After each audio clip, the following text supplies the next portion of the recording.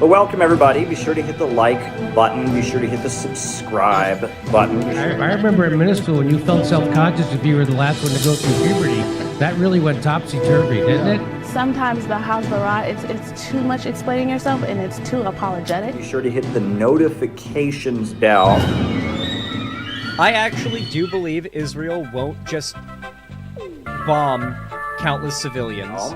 Be sure to tweet this out. Be sure to put this up on your Facebook.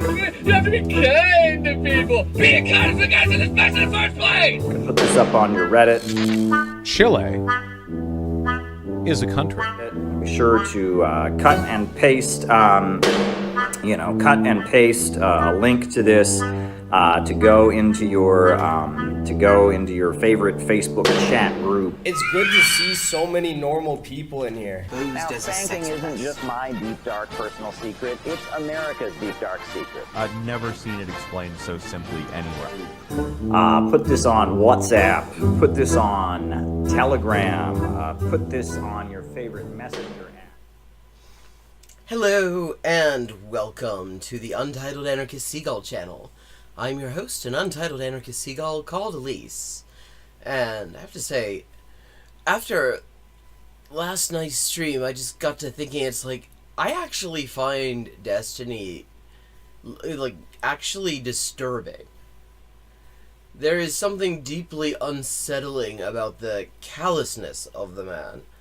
There is just, a lot of the stuff we watch here, it is, fucked up Nazi bullshit. It is, really shitty people saying very shitty things.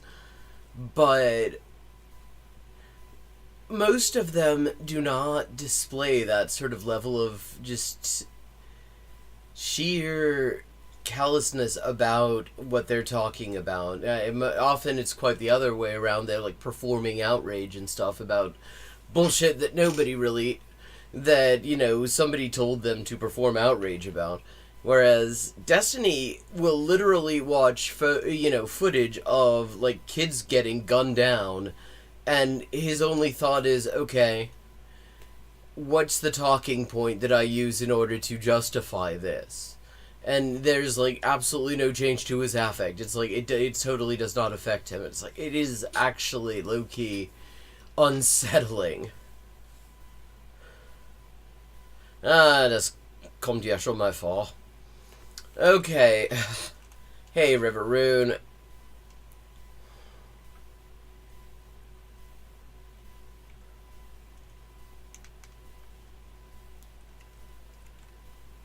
Okay, so I was thinking... für Esperanto interessiere ich mich eigentlich weniger, muss ich sagen. There was a video that River Rune actually recommended in the Discord, The Confused Zionism of Ethan Klein, and I was checking that out. I watched it, sort of skimmed it, a few days ago, and I think it was actually quite good. So I thought we might, have a look at that.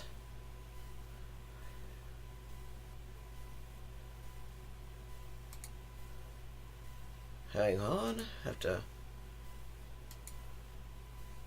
There we go. Solution instead of one, and thinking it's not okay to kill Israeli civilians. That's it. At the end of January this year, Ethan Klein of H3H3 Productions posted what is undeniably one of the most popular pieces of pro-Israel propaganda that the internet has seen. Yeah, I mean, even Ethan Klein is fucked up.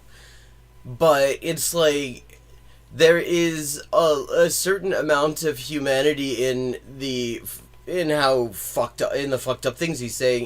He is affected by what he's talking about in at least some sort of way, in a very cowardly way, where he wants to say he's a stalwart supporter of the Palestinian cause at the same time as he's doing literally the opposite of what anyone who gives a shit about the Palestinians is doing right now. But there is, he seems to be at least, affected by all of this. Whereas Destiny is just, he's empty. That motherfucker is empty. He spares storage. The video boasts more than 200,000 likes. And If you find yourself, pro tip, this is a travel hack. Let's say you've got overflowing hand luggage when you're on a flight, and you find yourself sitting next to Destiny. He is empty, so you can just fill all your overflow in there. He won't notice it because it's just a vacuum inside him. for 3 million views. And whilst Ethan would probably balk at this video being called pro-Israel, it was even initially sponsored by ExpressVPN, an Israeli-owned company whose owners have extensive links to the Israeli military. I mean, if he would balk at being called pro-Israel, but like, what else are you gonna call it? It was just nothing but pro-Israel propaganda. Through funding it, and also even going as far to fund trips for Israeli soldiers perpetrating the genocide in Gaza to go back and see their family. Now, the original goal of Ethan's video was to deplatform and discredit the Twitch streamer Hassan Piker. However, the video has backfired, because although Ethan had... I have to say, I'm beginning to wonder if we're about to hear about custom art for my Twitch stream. If you're not a bot, Jake Wimja, I do apologize, but I'm just getting bot vibes. Been on a near 15-month-long crash out from October of 2023 until January of 2025. What Ethan did is expose the paradoxical nature of his position, which he maintains is pro-Palestine. I mean, you could call it paradoxical, or you could call it just cowardly. It's like he knows that the right thing is to be standing with the Palestinians in the midst of all of this. Like, he understands that ethically, morally, that is the right position. But on the other hand, but then he does not actually hold that position, and so he does, like, pro-Israel bullshit and then pretends that he's a supporter of the Palestinians.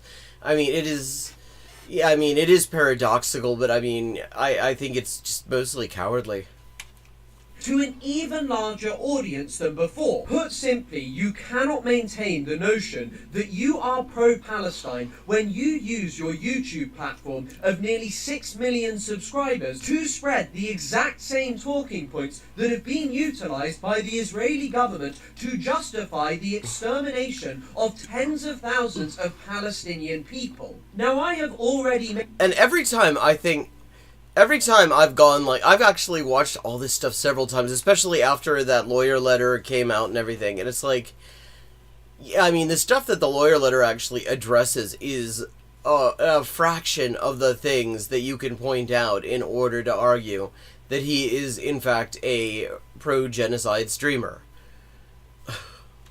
Made or pro-genocide YouTuber, on this, whatever. Which have accumulated well in excess of 1 million views on TikTok. But Ethan Klein has chosen over and over again to ignore these videos in favour of going after smaller content creators who often make jokes at his expense, but do not offer... Which is very easy, and I intend to do it.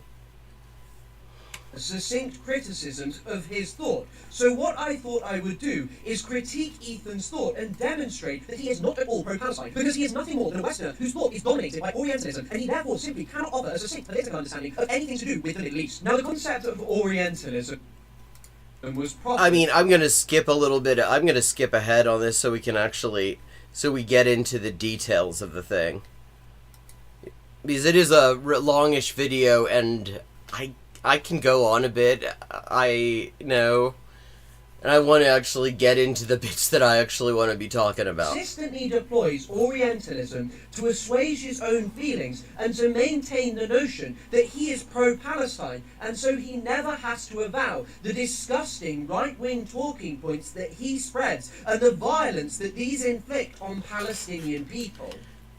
Jin's an occasional participant in the chat from the other side of the world. If I remember correctly, it is tomorrow there. Take this part of Ethan's so-called content loop, where he speaks gleefully about the assassination of senior Hamas figures. Disvalues? Or, well, they were billionaires. Because they're all dead. They killed it all. They're all dead. Or Like, This part where he condemns Hassan Piker for his endorsement of Syed Hassan Nasrallah. Which was not really an endorsement. I mean, what he said was he doesn't have an issue with the guy. That's not really... I mean, that's not even really an endorsement. That is more in the nature of saying that you don't fundamentally object to somebody. And it's like... Hey, the former leader of Hezbollah, who was killed in an Israeli strike last year. Hezbollah is a paramilitary organization. Do you like them or no? They are a terrorist organization. Like they're designated. They are designated by the American state as a terrorist organization. Yeah, which I mean, those designations are bullshit. It is literally the Secretary of State can just unilaterally declare anything a foreign terrorist organization. There is very little judicial review. The whole thing is just a load of shit.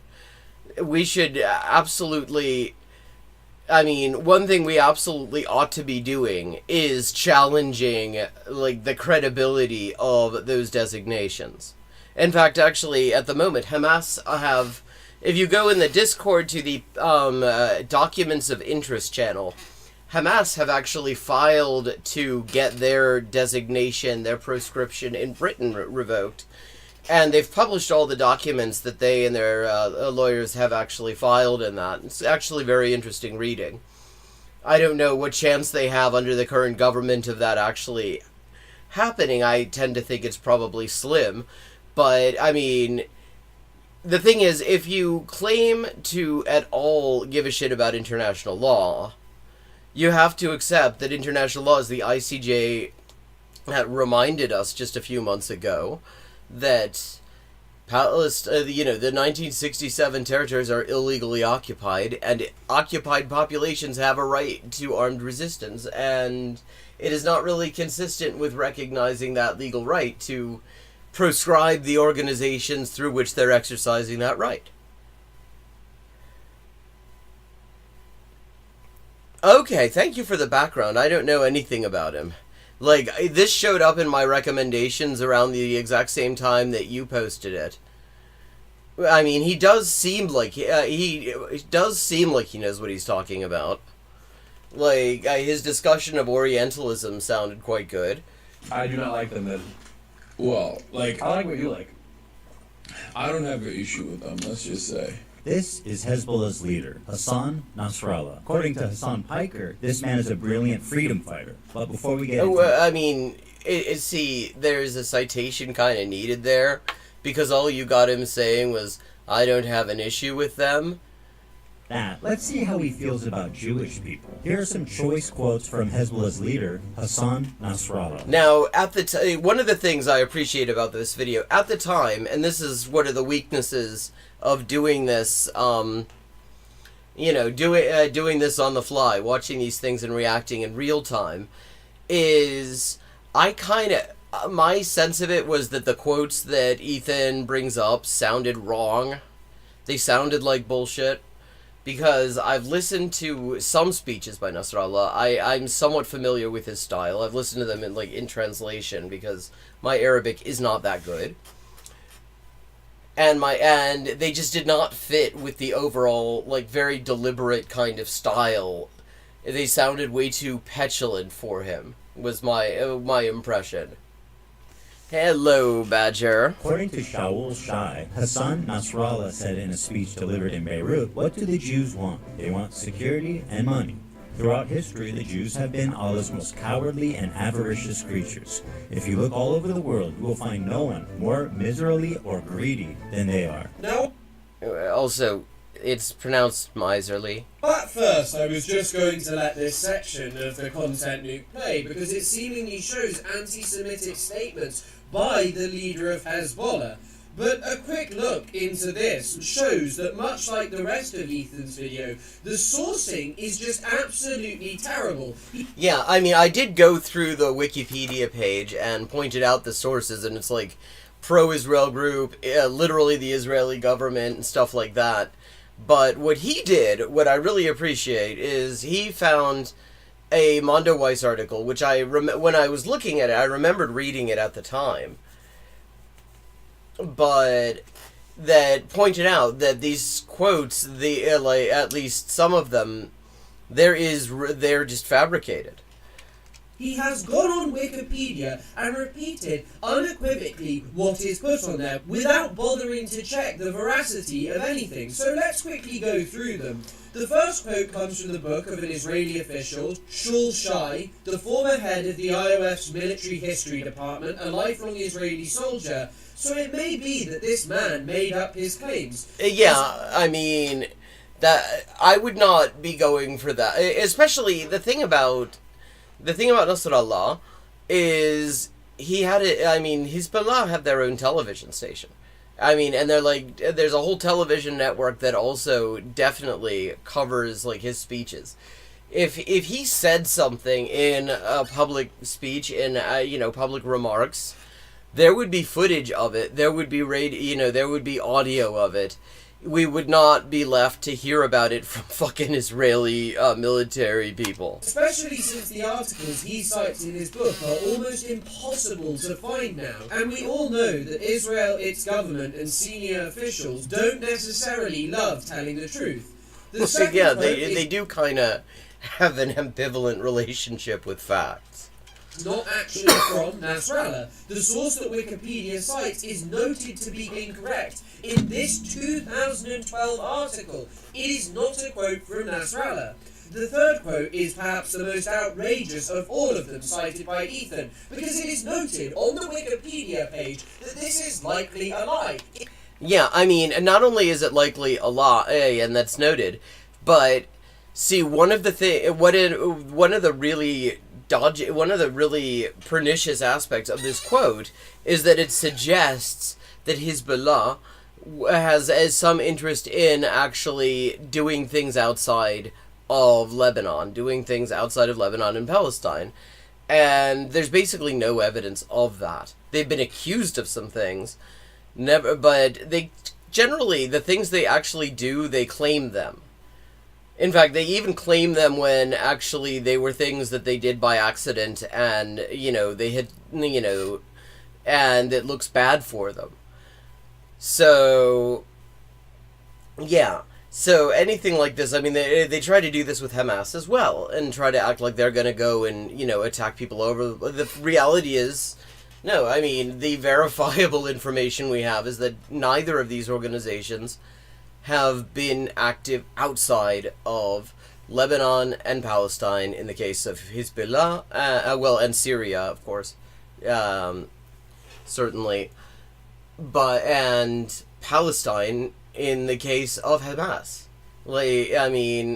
But quotes like this serve to create this idea that they're a threat to the entire world or something.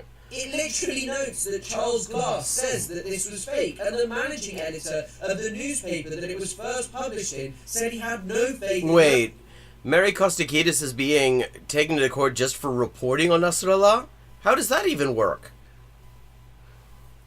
Is there, in Australia, is there a tort of, non-defamation? Article. The fourth quote is not from Nasrallah. The fifth, there is apparently no specific source provided in the book of Privilege to Die, but it does appear in the text of Hezbollah's Al-Ad, as well as in the same English-language collection of Nasrallah's speeches. However, straight after is an emphasis that Hezbollah's fight is with Israel and not with Jews. The final quote is just a citation from the Ministry of Israeli Foreign Affairs. I am sorry, but I don't buy their nonsense so quickly. This is a ministry for a government that lies constantly.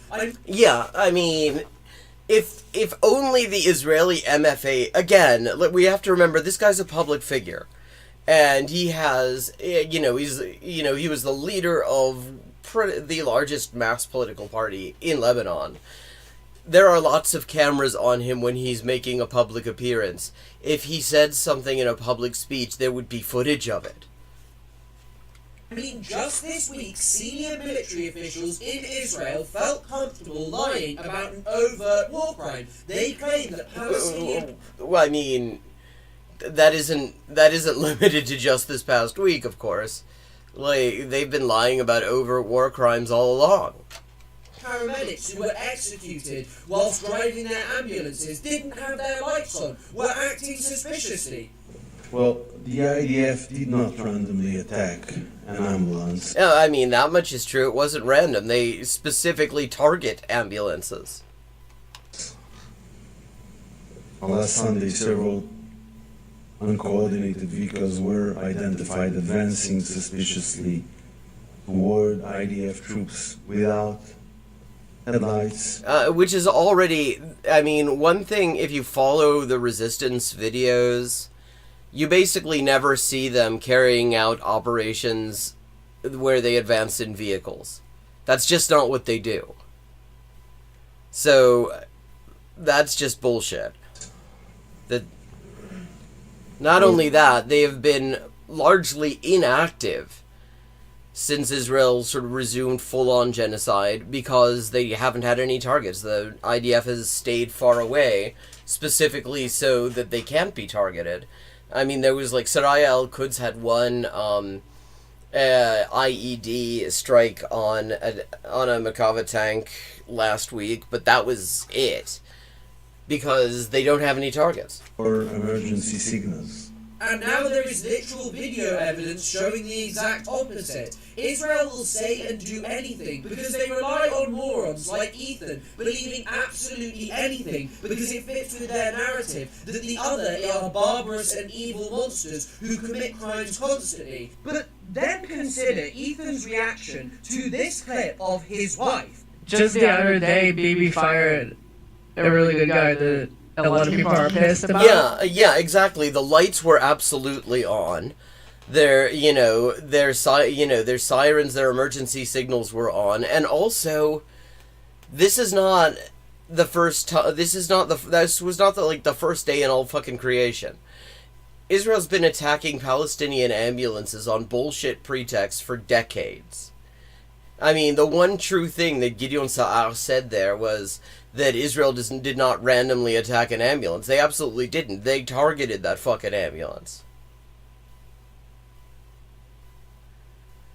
Yeah, but what is the cause of action? Like, what is she alleged to have done that was illegal that justifies them suing? I mean, they must be making some kind of an accusation beyond she reported on this guy. Like, how are they even bringing this to court? And he fired him because they had a disagreement, and that's like so Trump code. Well, he was like a moderating voice in the war room. Yeah. And he got rid of him, or at least a more moderate voice. I don't know anything about the guy. Wait, he doesn't know anything about the guy, but he knows he was a moderating. That's a bit weird. Just recognize his picture. He looked mean. I thought he was mean just because he looked mean.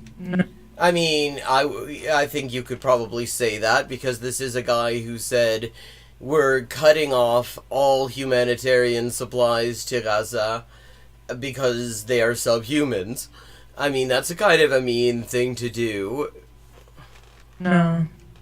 In the video, Hila is endorsing Yoav Gallant, Israel's former defense minister, a man who is wanted by the International Criminal Court, whose crimes far supersede any of those committed by either Nasrallah or any other leader of Hamas, the Houthis, or anyone you can think of. This is a man. Yeah, I mean they exceed even like the wildest shit that they're accused of. Said openly he wanted a total siege of the Gaza Strip. אנחנו מטילים מצור מוחלט על העיר עזה. אין חשמל, אין מזון, אין מים, אין דלק. One minor nitpick: these subtitles get the words right in the wrong order. Ein mayim means no water. Ein delek means no fuel. הכל סגור. אנחנו נלחמים בחיות אדם. He is the man who prosecuted the genocide, which Ethan loves to say that he opposes, and yet he let his wife take a break with almost no pushback, even though she referred to him as a really great guy. And Ethan's claim was that And even the claim not to know anything about him, like, okay, if you don't know anything about the Minister for Defense of the regime carrying out the genocide, then maybe you do not have any... You shouldn't be talking about this subject at all, because clearly you have paid absolutely no fucking attention to it. But I don't buy that. Especially because he's married to her, and she's certainly going to be paying attention to Hebrew language news on this stuff. So, like, the idea that he doesn't know anything about the guy, if it's true, it means he really needs to shut the fuck up. If it's not true, he also needs to shut the fuck up, but for different reasons.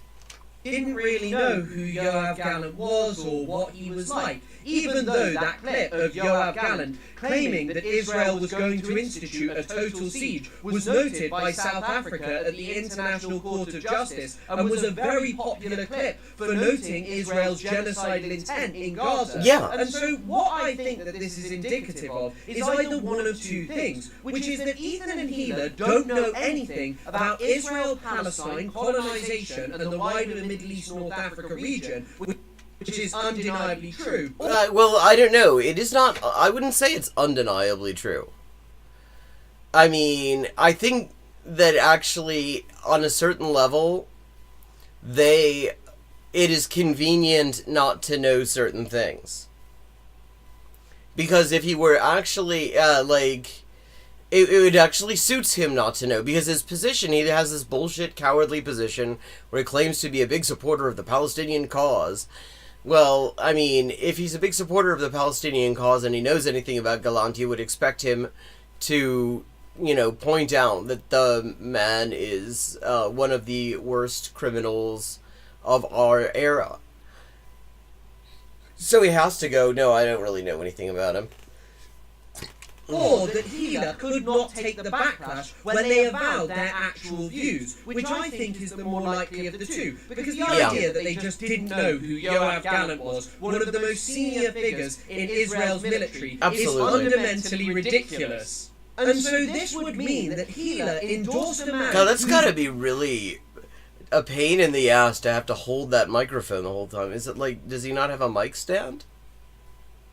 Or is he holding onto it and it is on a mic stand? You can't really tell from this angle. I'm just sitting here thinking, like, if I were having to hold that thing for a 58-minute video while talking, I would lose it. I would need a break. War crimes far eclipse any of those perpetrated by the organizations that Ethan thinks Hassan should be deplatformed for portraying in even a semi-positive light and offering context for why they do what they do. Yeah, and specifically for, like, actually listening to what somebody associated, not necessarily, apparently not a member, had to say for themselves. It's like...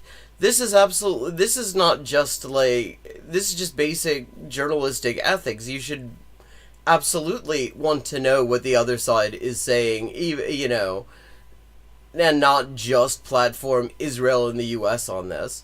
Just because these regimes call this, these organizations terrorist organizations, that doesn't mean that you can honestly report on something that they're involved in without actually hearing what they have to say about it. So why is it that Ethan just does not carry the same energy for when it comes to his wife in comparison to Hassan Piker? And what makes this even worse is that Ethan didn't just let Gila get away with this with basically no pushback. Oh god, this quote is from October 8th and is a direct response to the October 7th terror attacks. I think it's a reasonable assumption that he was talking about the Hamas militants that killed civilians the day before. That's not what he fucking said. Either way, this is the guy in the Bibi's war cabinet that wanted to end the war. That is a lie.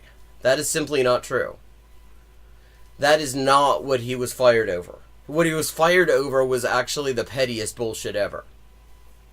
But the thing is, if you actually listen to what he said that it was a complete siege on Gaza City, Al-Ir Aza.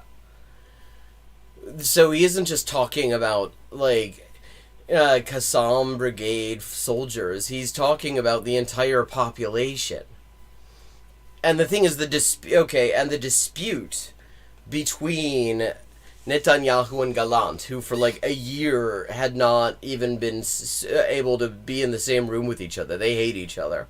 It's worth noting. Was over Lebanon. Gallant took the realistic position that, given that Israel was getting utterly wrecked on the ground in Gaza, that they had not met any of their military objectives, any of their stated objectives anyway, that that it would be an absolutely ridiculous decision to try to expand this to a second front in Lebanon. That would be a disastrous decision. And, his rival, Katz, who is now his replacement, basically said, oh, that sounds like a cool idea. But the thing about Gallant is, he ultimately caved on that. He said, okay, we'll do the fucking Lebanon thing, even though I think it's a bad idea. And Netanyahu fired him anyway. He actually took to his Instagram stories to defend her, arguing that the quote was a result of being after October the 7th. I mean, he doesn't provide this kind of charity to people like Nasrallah or people from Lebanon, people in the Houthis or wherever. Not to mention, it isn't the only time that this has been said. And the thing is, it is exactly what they did. I mean, he wasn't talking about something he was going to do. His first words were, I have ordered a complete siege on Gaza City. He was talking about a decision that had already been implemented when he was talking about it. And it was implemented, and it's been implemented. Who have suffered under Western imperialism and larger terror attacks than October the 7th. No, he just thinks that this applies to Israelis only, and he doesn't seem fussed that his wife endorsed a man who referred to Palestinians as human animals, because whilst he seeks to make the distinction and say, oh, he was probably only talking about Hamas, the thing is that this was the man who oversaw the Gaza genocide that Ethan says he condemns, but he doesn't mind this man referring to Palestinians as human animals. Yes. So as to establish them as subhumans worthy of death. No, he thinks that that's completely fine, because he was a moderating voice who wanted to end the war. But which is not even true. It is absolutely not true. He didn't want to end the war. He just thought that expanding it to Lebanon was a bad idea. But he didn't want to end the war because of his opposition to the Gaza genocide. He just wanted to end the war because he thought all of Israel's aims had been achieved. And that's also not true. Like, literally, that was not true then, and it's not even true now. Because you have to remember what Israel's official stated aims are. They actually have stated war aims. One was to completely eradicate Hamas. Two was bring the settlers back to the Gaza envelope and the northern settlements. And then, let's see, what was the other one? I mean, those were the two big ones. And neither of them was even close to being achieved. In fact, the reason he was against the Lebanon thing was they were nowhere near achieving their stated aims in Gaza. Oh yeah, the return of the captives. The return of the captives was number 3, obviously. They were nowhere near achieving those aims then. They still aren't now. And that trying to do a ground invasion of Lebanon when they've been getting their asses kicked by the Qassam brigades was just a straight-up bad idea. He didn't want to end the thing. He didn't want to expand it. No more aims could be achieved via military means. So all of the destruction and mass killing that was already perpetrated in the Gaza Strip, well, he thought that was enough. This isn't even the first time that Ethan or Hila have displayed their love for a figure who is undeniably implicated in racially motivated slaughter. Take George Bush, for example, who in this 2017 clip, Ethan says he loves. I gotta tell you, I saw George Bush on was it Jimmy Kimmel? I mean, admittedly, Schmucks is exactly the right program. I mean, I don't know anything about this program, but a program called Schmucks sounds about right for Ethan. He is a schmuck. Like man, I love this guy. I love George Bush. As a dude, he's a fucking... He's got a lot of character. He's a dude. You know, he's like painting. He just made a book of paintings. He's a fucking... Jesus Christ. Drawing portraits of... And you're gonna... this is the guy who's pretends to be outraged that Hassan said he didn't have an issue with Nasrallah. Veterans. This was a guy who said he wanted to launch a crusade in the Middle East and then went on to do so. And the American people are beginning to understand this crusade. This war on terrorism. I mean, this is one of the more innocuous things that Ghoul said, too. It's going to take a while. Slaughtering hundreds of thousands of Iraqi people, and all Afghans. in the name of oil, something which Alan Greenspan, the former chairman of the Federal Reserve, literally admitted in 2006. Hey, this is journalism. It's so weird. It's so weird. Motherfuckers want journalism, and when I'm trying to do journalism, they go, "Why are you doing that?" What do you mean? I'm just chilling. We're just having a. We're just vibing. Yeah, we're just vibing. We're vibing big time. Hassan uncritically interviewed this kid for about an hour. Well, I mean, first of all, not uncritically. I mean, he did put some critical questions to him. He specifically asked a question relating to the fact that there's a line in the official slogan of Ansar Allah. It says something like, "A curse on the Jews." And he said, you know, over in the States, a lot of the people who are fighting for Palestine are Jewish. How do you feel about them? And he said, and his response was, you know, if you're fighting for Palestine, then I'm with you. It was the most brazen display of disgusting terrorist propaganda that I have maybe ever seen in Western media. Oh, I mean, apart from the time you said nice things about George W. Bush and fucking Yoav Galant, I guess. So if a 19-year-old from Yemen, who isn't even actually a member of the Houthis, but simply supports them, is an evil terrorist who shouldn't be allowed a platform, what does that make Ethan and Gila, people who endorse war criminals responsible for the slaughter of far, far more people than the Houthis? Left or right, I always thought that, despite our differences. Oh god, this is like the cringiest shit. I mean, like, One thing we could all agree on. And what was that? That we love America. Like, seriously? And everything she stands for. And then there's this part of the content nuke, which is that... God, that whole thing was cringe as fuck, but that bit was like, okay, is this meant to be a bit? He's not. It is so hard to tell whether he is for real about any of it. Out to me every single time I have watched it, because why on earth would you say that everyone can agree on loving America? This is most certainly not a universal position. From Iraq to Cambodia, to Vietnam, to Afghanistan, to Korea. In fact, if you look, there are polls. There are polls. The U.S. does not do well in polls in most of the world. Like, the more the U.S. intervenes in a particular country, the lower the general opinion of the U.S. is there. Across the entire world, tens of millions, hundreds of millions, if not billions of people have suffered under the yoke of American imperialism just over the last century. And even the wider nexus of states that the United States supports is obscene. Take its two current closest allies in the Middle East, the United Arab Emirates and Israel. Both are countries Don't forget Saudi, I mean... cases at the International Court of Justice. The United Arab Emirates for its involvement in Sudan, and Israel for its horrifying crimes in Gaza, which... Yeah, I mean, and that's like, you could also mention Saudi Arabia, which has also been involved in genocide in Yemen. Absolutely would not be possible without the rhetorical and material support that it was offered by both the Biden administration and the current Trump administration. If Israel didn't have the massive amounts of military aid which America only sells to them so they can maintain an edge over other countries in the region, it would stand no... Yeah, and it's worth noting that by giving them an edge, that actually helps them make sales in the rest of the region. The edge is their selling point.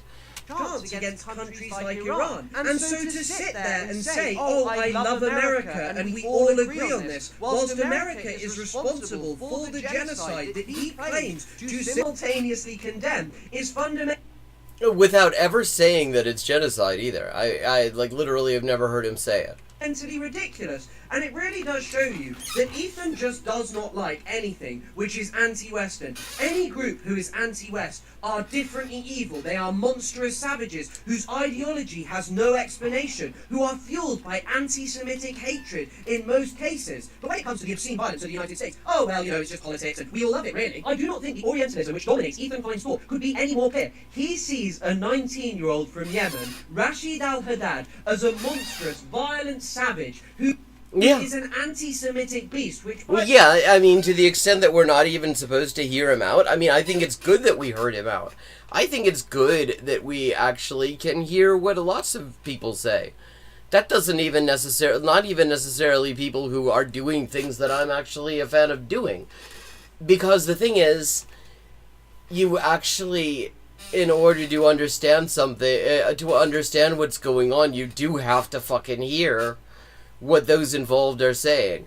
It may be bullshit, but actually, even when it is bullshit, that is in itself instructive, because a lie will at the very least tell you what somebody wants you to believe, and that is useful information.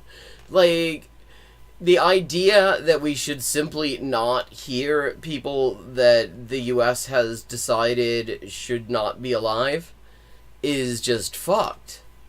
By the way, the kid did apologize for, but he has no problem with his own thought. He never wants to confront the fact that he refers to America as something which we all love, even though it was the country which sold advanced weaponry to Saudi Arabia as it bombed Yemeni civilians. It was the country that refueled Saudi planes as they tore Yemeni weddings and other social events to pieces with their horrifying bombardment. It was the one who trained their pilots as they manufactured a siege and starved the people of Yemen. And this is what defined Rashid al-Haddad's life. And Ethan... Yeah, exactly. I mean, this guy is a, 19-year-old, I mean, he's older now, genocide survivor.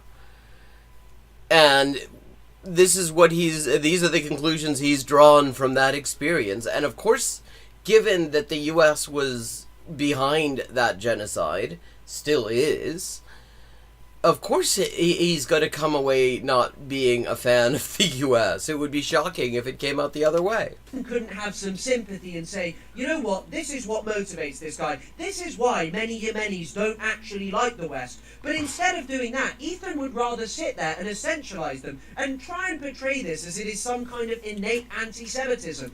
Yeah, and it is made harder by the fact that Hassan interviewed this guy. I mean, that's the thing. It is harder to, turn, official enemies into, cardboard cutouts if you've actually got interviews with them where they're saying why they do what they do and what their objectives are and things. And, and telling you about themselves. It is much easier to do the sort of fucking essentializing racist bullshit that somebody like Ethan does if you don't have them in their own words. Some random hatred of the West. In the content nuke, Ethan literally refers to the Houthis as the bad guys. Alright, so these guys are clearly the bad guys. Well, then who's the fucking good guys? Seriously, if you're gonna say that they're the bad guys, then who the fuck are the good guys? Are you gonna say Israel's the good guys? The US is the good guys? I mean, I've said this many times, because there are, all these, debate stream assholes who will mock mock people as saying, America bad. And it's if you want to say that, then you need to actually try to make the case for America good. It's not easy, especially right now. So my question is, how does Hassan cover such a genocidal, violent, misogynistic, homophobic, terroristic organization? Which really... And note, he's not talking about Israel. You have to note that because all those things apply to Israel, including homophobic and massively misogynistic. Women cannot actually get a divorce in Israel. They have to get their husband's permission. Show his childish, marvelized understanding of politics. Because if you think that the Houthis are somehow the evil baddies and America and Israel are some kind of axis of good, then I don't know what to say to you. You have Yeah, and if you acknowledge that the U.S. and Israel are not on the side of the angels in the region or in general, then it is even harder, like, it makes even less sense to be trying to say that, you know, that Ansar Allah are, like, universally bad. Because if you're acknowledging that what Israel and the U.S. are doing is not good, then you have to acknowledge that some people are going to try to stop that, and that is, no matter what else they might get up to, that is actually then a good thing. Like, I mean, that's the thing. That's what any of these people are saying, too. It's like, the point, you know, nobody is, like, making a detailed argument that every single thing that any of these actors has done is great. They're saying that no matter what else is true about them, they're doing a good thing right now by trying to impose a cost on genocide. That is actually the right thing to do, regardless of anything else. You don't have, like... That should be a fairly simple thing. Acumen of a child. And Ethan's argument as to why they're the bad guys is the classic Orientalist trope. He refers to their slavery, based on some rather dubious evidence published by pro-Saudi outlets. Yeah, pro-Saudi outlets that were actually talking about the situation under the U.S. puppet state that Ansar Allah overthrew. And Ethan acts as if it is bizarre in his recent lawsuit to quibble with the State Department or what Saudi Arabia news outlets are saying, but anyone with a basic knowledge of how you write an academic essay or make an argument would tell you, well, if the Saudis are bombing the hell out of the Yemeni people and trying to claim that the Houthis are the evil of all evils, they might be willing to make things up. But yeah, and aside from that, it's like, since when does Saudi Arabia have anything against slavery? They have slavery. Like, it is easily the most reactionary state on the planet. They have all sorts of horrible shit. We're going to talk about them like they're some sort of judge of morality? I think is most important to note about all of Ethan's condemnation of the Houthis for their regressive politics is that Israel, the progressive nation, which along with America he sees as the good guys, could be accused of all of these same things to a horrifying extent. Yeah. I mean, take Israel's use of slavery. A recent article which appeared in Haaretz referred to the IOF practice of Israelis taking Palestinians as human shields and sometimes killing them for fun. Yeah, and in fact referred to them as Palestinian slaves. It's a form of slavery, and when you think about it, denying these people autonomy and forcing them into a horrifying working environment is slave-esque, isn't it? And his highlighting... And one thing to note, since Israel often uses human shields to justify their mass killing of civilians, is that the reason that Israel uses human shields is because it works. Because the Palestinians will not actually fire on them when they're forcing a Palestinian hostage to walk point. Whereas Israel says that the Palestinians are using human shields with no evidence. Again, I have to be very clear on that. No evidence. Despite the fact that Israel has never shown any intention of refraining from attacking a target just because it has human, because they claim that there are human shields. Like, if this were actually the reality, they would have given it up a long time ago because it has achieved nothing. Like, why would you, the whole point of human shields, which is that then people don't shoot at you. If people shoot at you regardless, then why are you going to bother? Like, Israel would not bother, using human shields, since they're the only party in this who has demonstrably done this.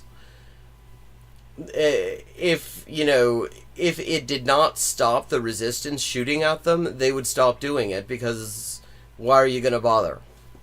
Misogyny is the most obscene part, because yes, the Houthis are probably misogynistic. Misogyny is prevalent all over the entire world. But when it comes to Israel, the extremity of their gender-based violence is absolutely obscene. A recent UN report documented this disproportionate targeting of women and young girls. Yeah. It targeted the use of sexual violence, how their reproductive rights are infringed upon. And unlike the report, the Pramila Patton report, which talks about clear and convincing information meaning the government told them things that they were not able to check out themselves. The reports on the sexual violence of the IDF rely on evidence, on statements from actual victims, on footage, on forensic evidence, not just information. By Israel, so stop sitting there and pretending that you're some kind of defender of women's rights because you oppose the Houthis, but generally seem to have no problem with the IOF. Yeah, I mean, and if you're going to claim to be like a supporter of women's rights, then backing Saudi Arabia is an interesting choice. You haven't made a near 2-hour-long video about Israel's supporters, people like Lonabox, who Ethan literally invited on his show. This has to be the trip they went on, where they made that pathetic fucking attempt to act like the IDF headquarters was all the way across the street from the civilian residential area. Like, they didn't do the basic bad faith effort of editing it. So you actually see him turning around and it is literally across the street from where they are, and they're trying to act like this is nowhere near. Yeah, I mean, look at them just laughing along a fucking Elon Levy, an absolute slime bag. No, it is absolutely ridiculous. And Lonabox is a particularly important figure to highlight, because Ethan, as I said, brought him on his show, but as the photo shows, he went on a trip to Israel, laughing and smiling along with Elon Levy, Netanyahu's former spokesman, until he was fired over some personal issues. Well, the personal issue was actually, like, he did his job badly. I forget what it was something specifically related to his job performance. I forget exactly what it was, but he got to be too embarrassing. I think he may have, like, made threats against somebody that he wasn't supposed to. I forget what the deal was. But ultimately, this guy has sought to make a career out... Yeah, this is gonna bug me, so I'm gonna just check. Okay. Yeah, here we go. Elon Levy fired after row over David Cameron tweets. Elon Levy...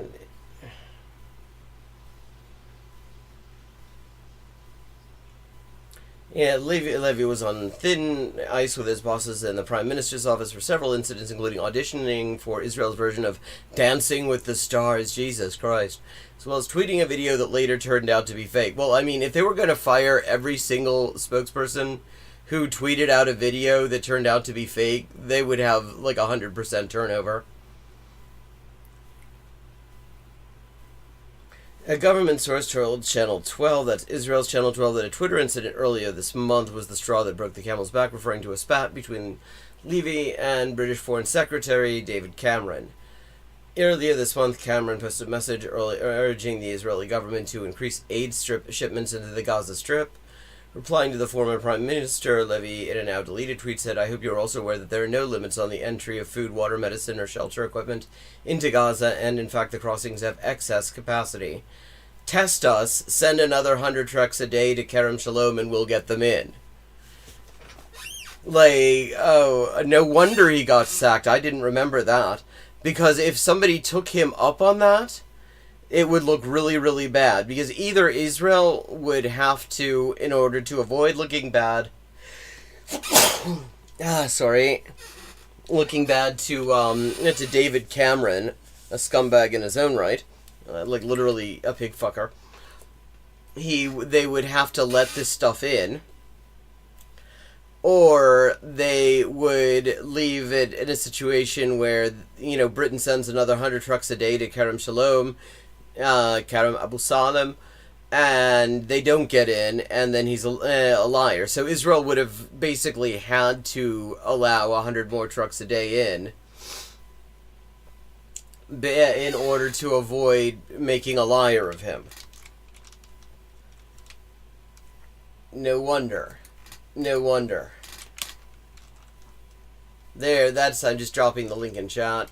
Of justifying the extermination of Palestinians. He was a pivotal figure, appearing on Western TV, using his British accent, which makes him endearing to Westerners, to justify the extermination of Palestinians, to lie about what was going on in Gaza, so it was plausible for Israel to carry out its genocide. Yeah, I mean, just and look at him just fucking laughing along. I mean, at that point, this is the most discrediting thing I've seen. Like, the fact that they would take this kind of a junket from the Israeli government. And since this point, he's continued making videos, including one from the other day, where he explained why Palestinians had no right to the West Bank. And yet, Ethan just does not care. He's not making 2-hour-long videos about loader bots.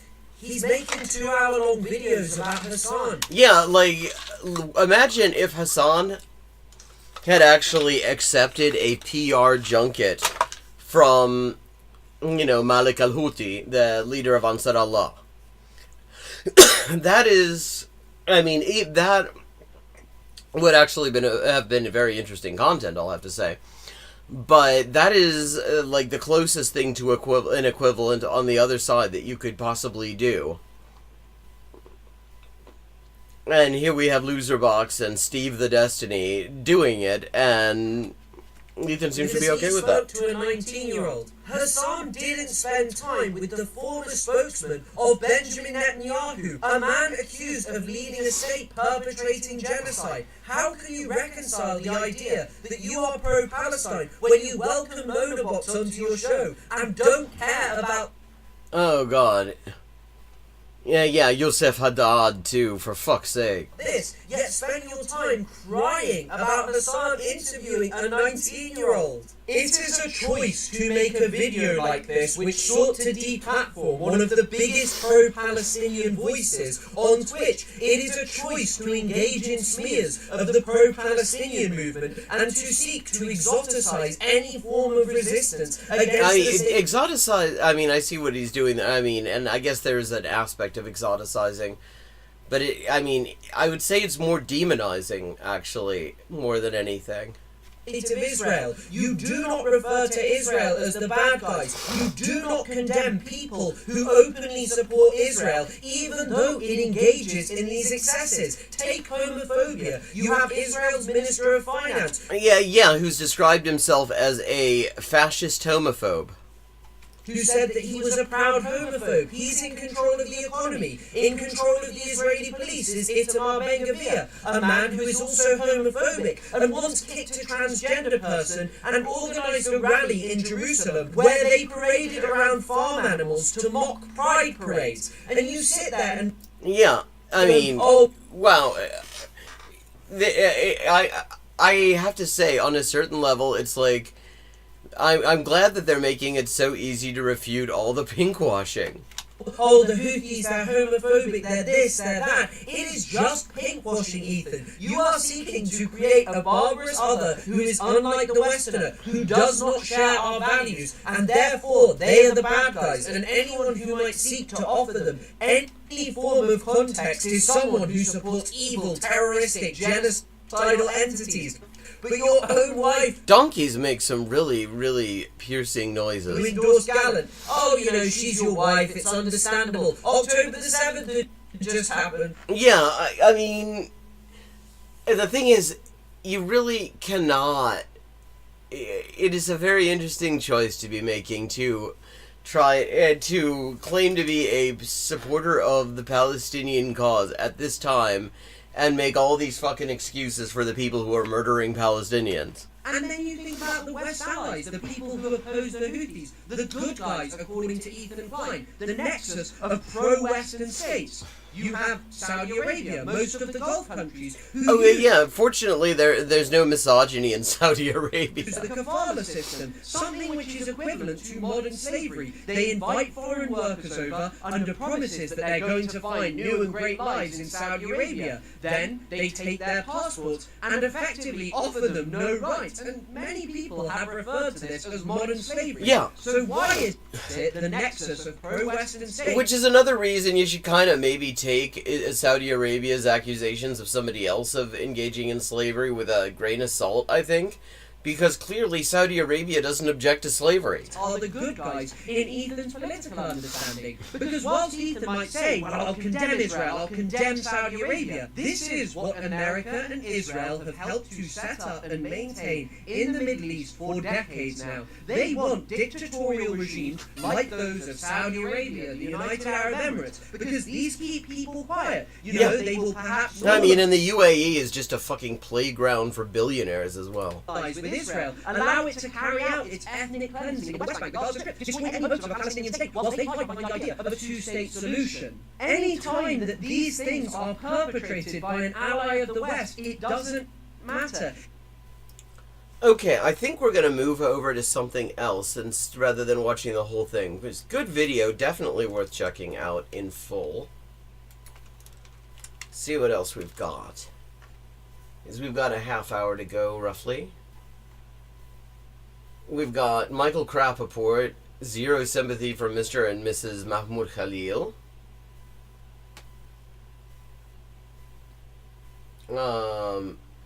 We've got a Caleb Muppet that we just started out on last week. There was an interesting... I'm starting to get, like, Hassan content related to Ethan in my recommendations, and one of the things I found was interesting is Hassan kept on saying that, I mean, for all the stuff that Ethan says about how wonderful Israel is and how diverse and how he can't wait to show people, that apparently when he was living there, he said it sucked.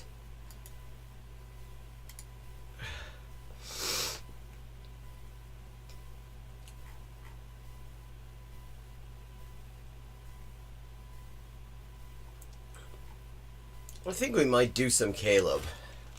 Haven't done Caleb in a couple of weeks.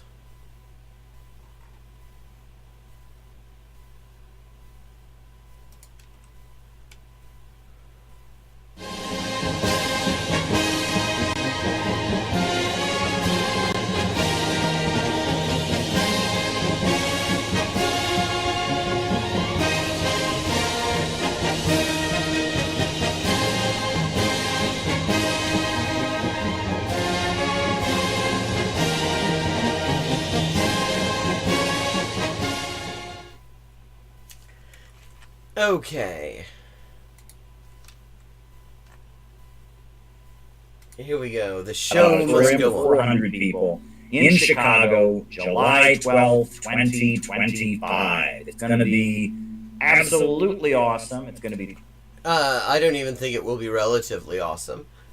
Tremendous. I am really, really excited about it. I'm headed to Chicago this weekend to take a look at different things and get different things in order to make sure that we are on our way to the convention. It's going to be good, so looking forward to my trip to Chicago this week.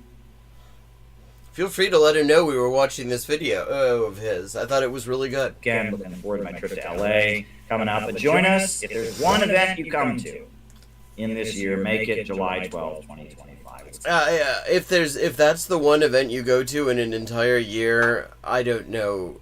You have not had a great year. It's going to be an event you don't want to miss. We're doing the 7-day workshop for CPI members surrounding it. That's also very important and very exciting. What is the 7-day workshop, though? There's all kinds of stuff happening, but we'd love to see you in Chicago. So please join us. It's going to be good. It's going to be a good event. So now, Tim sent me a reminder to talk about something I was going to talk about anyway, which is we now have a Telegram channel for...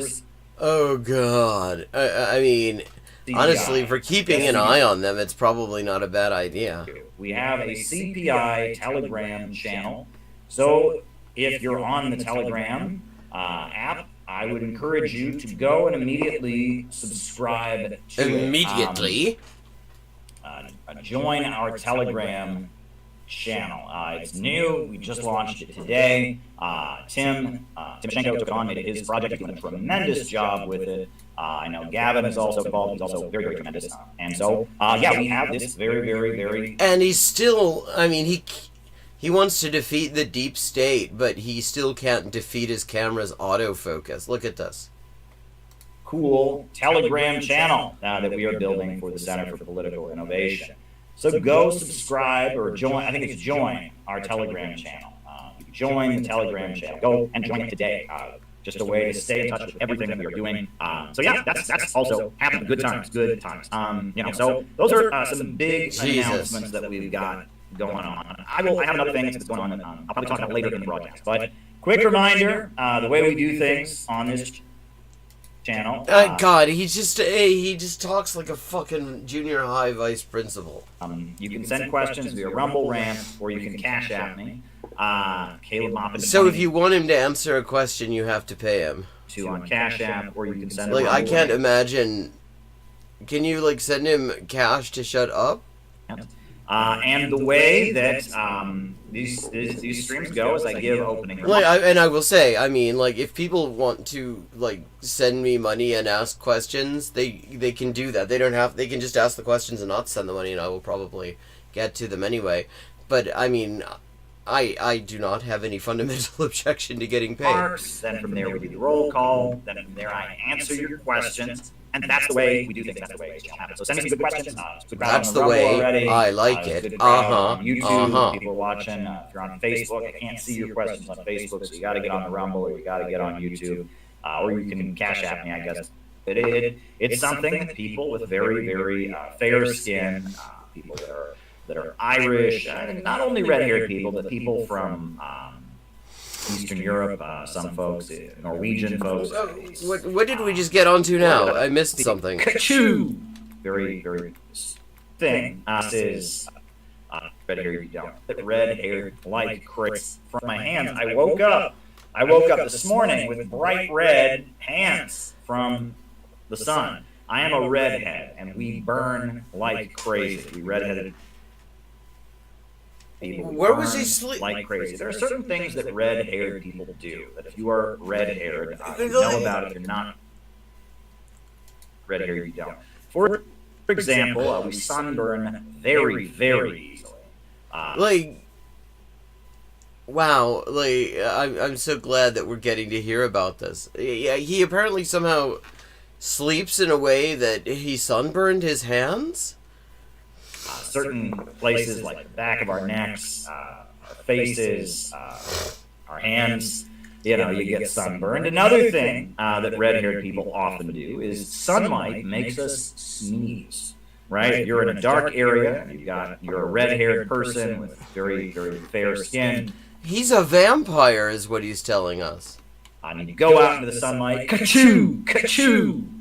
Right? The sunlight makes you sneeze. I'm glad he demonstrated how sneezes work to us. Now, I tell people about this, and they say that's crazy. The sunlight makes you sneeze. I don't believe that. Well, look it up. It's something that people with very, very fair skin, people that are Irish, not only red-haired people, but people from Eastern Europe, some folks, Norwegian folks, certain aspects of being a red-haired person. From what I understand, red-haired people, his hair is not particularly red, though. We have a higher pain tolerance than other people do. We have a higher pain tolerance. Oh, that's an interesting thing to say in light of the stuff that we know about him. Than other people do, statistically, which is interesting. But at the same time... So he has a higher pain tolerance. Who's that information for? We also experience pain more than other people do, right? We feel pain more. That's why we have a higher pain tolerance, is because we feel it more than other people do. Because our skin has more sensitivity. It's actually very, very interesting. But anyway, I could ramble about red hair and what red hair means for a long time. Apparently, and his pain tolerance, not that... Red hair originated in the Caucasus mountains. When I was in Iran, I remember I was at a big Islamic... He is going to ramble about red hair. But now he's going to talk about redheads in Iran? gathering where all these people were praying and stuff like that. And I saw these red-haired guys. And I said, who are those red-haired guys? And they said, those are Caucasians. I said, they're Caucasians? Because in America, the word Caucasian just means white. Wait, he didn't know about the Caucasus Mountain? Person. But it took me a minute to realize that what they meant is they were literally Caucasians. They were from the Caucasus Mountains. And apparently that is where red hair originated, the genetic... Apparently, God, now he's got me coming up with red hair facts. Apparently one of the most red-haired places is the Udmurt Republic in Russia. And caused people to be red-haired, originated in the Caucasus Mountains. Very, very interesting. So red-haired people are Caucasians. Apparently there are quite a few Chechens that have red hair. It's very, very common among Chechens, and that is why some of the early ISIS fighters in the... This is so rad. Is this what he's going to be talking about the whole time? Just free associating on red hair? Yeah, so, ISIS, a lot of redheads there. I saw some redheads in Iran once. Yeah, they turned out to be Caucasians, which for some reason I'm going to pronounce Caucasians, which sounded weird, but, and so there was those redheads, and then, Conan Doyle, he had that one, the Red-Headed League, you remember that? The Syrian conflict, when ISIS emerged, there were a number of them right. For someone with great pain tolerance, he sure bitches about sunburned hands a lot. And his hands did not look sunburned to me. They weren't red at all. Red beards. And the reason for that... I mean, not to mention, does this have something to do with the fact that he likes to get his ass whipped? A lot of Chechens have red hair, and they were Islamic extremists from Chechnya who had been recruited, and a fair number of these Islamic extremists from Chechnya with bright red hair, they ended up being some of the early ISIS fighters. It's really wide. Norse mythology tells us that God Thor had bright red hair. He's still going. He's still talking about his fucking red hair. And his hair isn't even fucking red. People in America, we generally associate it with Irish people. Irish people that have red hair. That's the stereotype. And I am Irish on both sides, but Irish Protestant. My family was here on both sides before the American Revolution. So, yeah, I mean, I'm somehow not surprised that he's a prod. My family is very rural, very farm-oriented. My father's family is from Missouri, and my mother's family has been in Ohio for many generations. And we are rural folks and Protestant. And the stereotypes... Okay, so now we're going to be talking about how rural and Protestant he is? Is that what that is? That's what we're going to be doing? It's about Protestant Irish people are very different. There's this whole Irish-American culture. It was just St. Patrick's Day a couple weeks ago. Irish-Americans are considered to be Roman Catholic. They are considered to be urban dwellers. They live in the cities, and they are police. So they're urban dwellers, and they live in the cities. And they are firemen, and they drink lots of alcohol, and they're... Well, you don't actually have to specify that it's alcohol. You just say they drink a lot. Like, what else? What was it otherwise going to be? They're rough and they fight. That's not Irish Protestants. My family's heritage are rural folks, and they did not believe in drinking alcohol, especially on my mother's side of the family. They thought drinking alcohol was a sin. I know my grandfather, when he was a kid, he was not allowed to play with face cards, playing cards, because they had faces on them. That was Wait, what?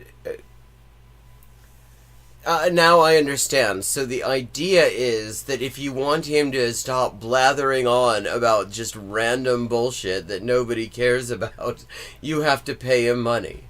That is apparently how streaming works. Considered to be a graven image. If you would like me to talk about something that you actually care about rather than random bullshit about how I'm ginger, except that I don't look it, and my sunburned hands and my pain tolerance, and all the Protestantism, gonna have some Protestantism, then just send me money, and then maybe we could talk about something that actually... They played what was called Rook, which was a card game that had colors and numbers, but did not have faces on it, because playing cards with faces on it was considered to be a sin. Protestant Irish folks tended to be very, very religiously fanatical. Okay. The thing is that, this is weird, because there are a couple of different kinds of Protestants in Ireland. There are the Church of Ireland Protestants in, like, most of Ireland. And this does not sound like that. But, I mean, it sounds more like he's talking about the Protestant settlers. They're the real fanatical ones. The Protestant settlers in the 6 counties. And that's a whole other thing, but I could tell you my family's history all night long. Don't know why I'm doing that. Yeah, I don't either, except that apparently he wants to get paid in order to stop doing it. It's raining outside. I'm recovering from my trip to D.C. I've got a few different things on my mind. The news. Marine Le Pen is not going to be allowed to run for president of France. And that shows you, I mean, people are like blown away because she's a rising up-and-coming politician. She's the face of the new right. She's a neo-Nazi. Her party, it's worth noting, is propping up Macron's government. Like, if it weren't for the neo-Nazis around Marine Le Pen, his party would not be able to form a government, because then he would have to acknowledge the election results and allow LFI and the left coalition, the New Popular Front, to form the government, which they're entitled to do anyway. The Donald Trump of France. She's expected to win, the next election they have, because the status quo in France is quite unpopular, and she's not allowed to run. It's lawfare. They tried to do this to Donald Trump, but they were not successful in doing it. She was actually... She was convicted of fraud. That's the reason she's not allowed to... And it's not... It is automatic. The ban on holding public office is automatic for the charge that she was convicted of. Like, that isn't something they made up for her. That is, if you read the French criminal code, there are a number of offenses where one of the things that happens, one of the accessory penalties, is that you are ineligible for public office for a certain period of time. And she's not allowed to run. And honestly, if he were still pretending to be a communist, he would have to say that this is actually favoring Mélenchon. This is favoring La France Insoumise, because if the Nazis don't have somebody to rally around, then, Macron's lot are not going to get it. It seems unlikely anyway, because he is just increasingly unpopular. That kind of leaves LFI or somebody like that. And really, you should be, if he were still pretending to be a communist, you should be kind of overjoyed. We recently saw a situation where an election result was overturned, where a candidate was banned from running because he was against the European Union, because he was sympathetic to Russia. Now we see Marine Le Pen, who's a harsh critic of the foreign policy status quo in France. France is a French nationalist and neo-Nazi, Holocaust denier figure in France. She is also it appears banned from the race. Now she's expecting an appeal. But the facade of democracy is very much shedding. This isn't the facade of democracy shedding, though. This is actually... these laws aren't new. This is how it works in a lot of countries, where if you commit certain things that are related to holding office, you are not allowed to run for public office for a certain amount of time.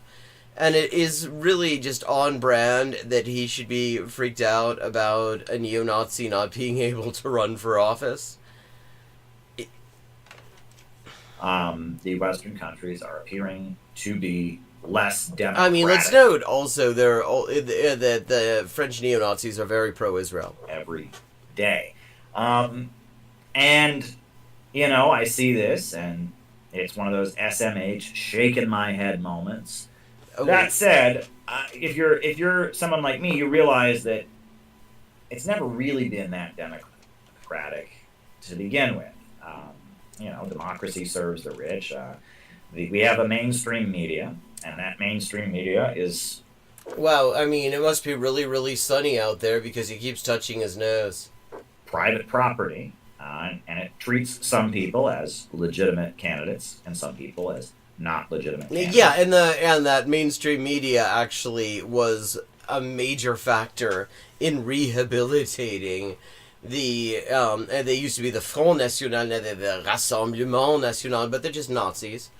And it's been the mainstream media fucking legitimizing them, actually.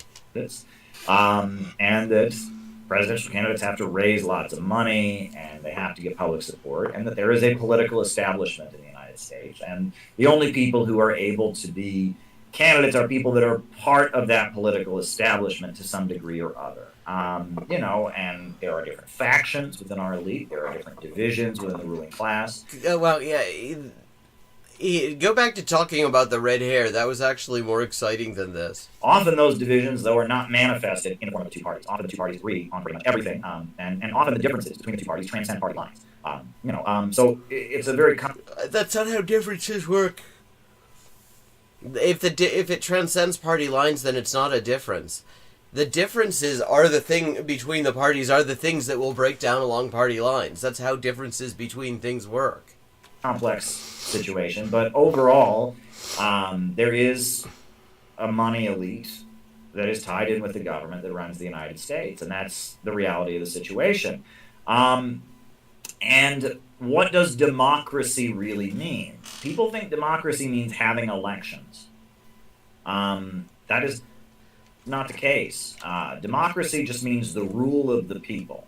A republic is an elected government.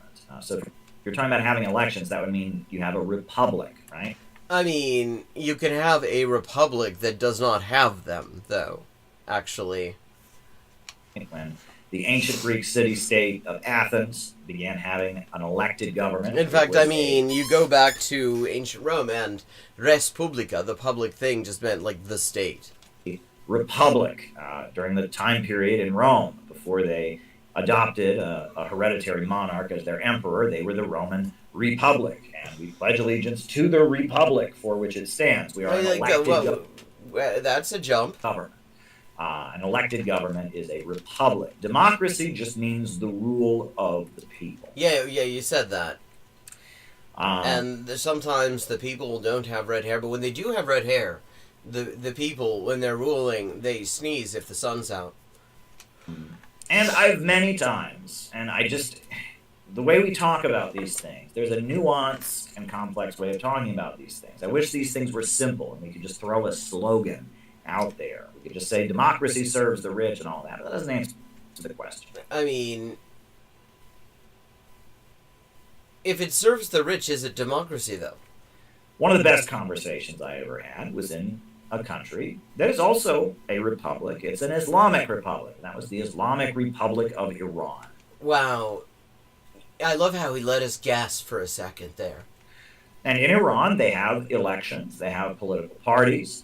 They have a constitution. But they say in Iran, they are not a total democracy. They are a guided democracy. Which is what the U.S. is as well. I mean, just in a different way and less honest about it. Their democracy is guided by the religious leaders, the Ayatollahs, the people who led the Islamic Revolution. They have something called the Guardian Council. And every time they have an election, the Guardian Council, which is a group of Islamic scholars, Ayatollahs, they approve or disapprove candidates based on how much they consider them to be in line with the Islamic Revolution. And if candidates are approved...